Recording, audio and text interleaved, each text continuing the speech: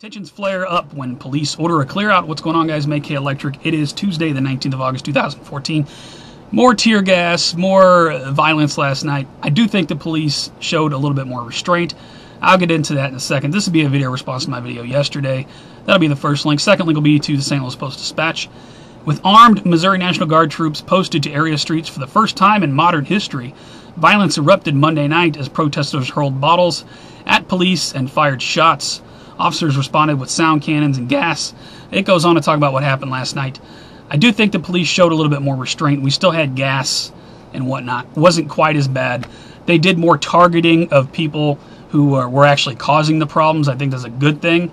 It's like I said in my last video, it's not necessary to plow the whole crowd down just because you got a handful of people who are causing problems. And I got a lot of messages on yesterday's video. Some of them, asking me how I can support the protesters and how can I not support the police? Don't they have a right to defend themselves?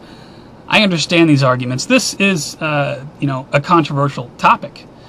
I've always been one who supported my local law enforcement, specifically St. Louis City, which, our police chiefs out there, we got a number of city officers out there. I understand they're putting themselves at risk, and I do care for their safety.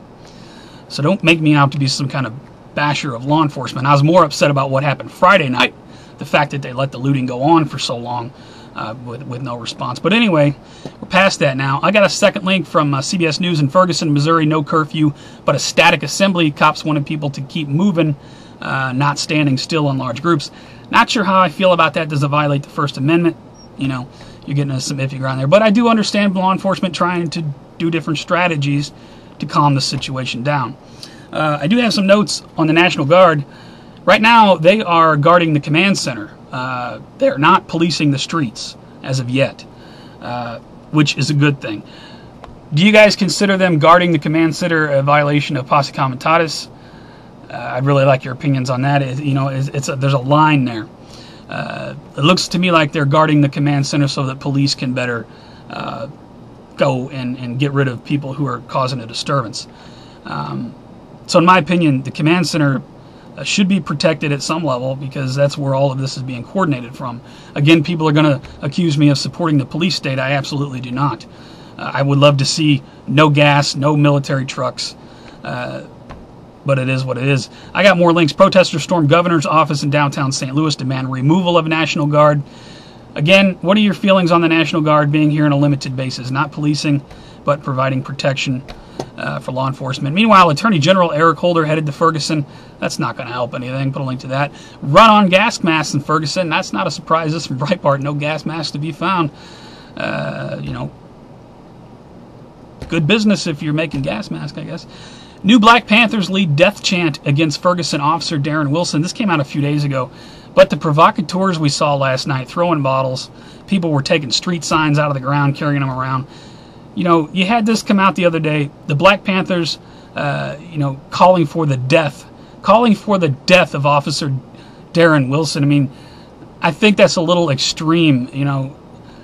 They are a part of keeping the provocateurs going, in my opinion. People might say an eye for an eye, but that's not the way we do things in this country. I say let all the facts come out, let things be sorted out, and calling for the death of someone, that should be considered trying to incite a riot. Just my opinion. I do have some other police state news to give you. Michigan police get $43 million for military gear, or in military gear, I'm sorry. This came out August 17th. More militarization going on. Meanwhile, alert, check this out from Star Tribune. Low-flying choppers cause a stir in the Twin Cities. Minneapolis and St. Paul police, along with the military, are conducting training exercises from 8 p.m. to midnight for several nights this week, according to the Minneapolis Police Department. This came out in 19 August. More military drills. As we're watching what's going on in Ferguson, you got more military drills in metropolitan areas going on. We talked about this time and time again over the years. It's no good. There's no reason for this unless they're expecting more to happen. InfoWars came out with this. Army preparing to use lethal force against unarmed civilians during full-scale riots in the U.S. 18 August. Take it for whatever you want to take it for. Let me remind you, Red Flag News, leaked document says DHS predicts onslaught of anti-government violence, blames Bundy Ranch, of course, not Obama crimes. So stuff going on in the background while the whole world's watching thing in Ferguson. Let me see if I had any other notes to give you here. There were 2 people shot, not by police. In fact, police SWAT truck moved in to evacuate one of the shot out of the area. People throwing bottles, a number of people arrested, in my opinion, in more of a targeted fashion. The police were watching people in the crowd, and they would call them out, get that guy. I thought that was a good thing. I still don't agree with, gas and everything, but,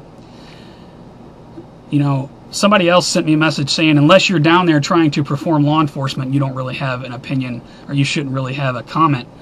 I agree to that to some extent. I realize the job they're trying to do is difficult and dangerous. I understand that. I listen to St. Louis City Police every night out there getting shot at and chasing burglars and carjackers, and it's a dangerous job. And I do care. I do not want to see anyone hurt on either side. Tim Pool came under fire last night from Vice News. He had to hit the deck. Live fire coming from, across the way. Bullets flying. Wasn't from police. I definitely don't condone that sort of thing. I don't know. What are your thoughts on all this? I don't really have much else to give you. Tim Pool did have a little bit of a problem getting back into the press area because one of the officers wanted to see his credentials. And that reminded me of Diane Frankenstein, how she was trying to say we need to redefine what constitutes a journalist.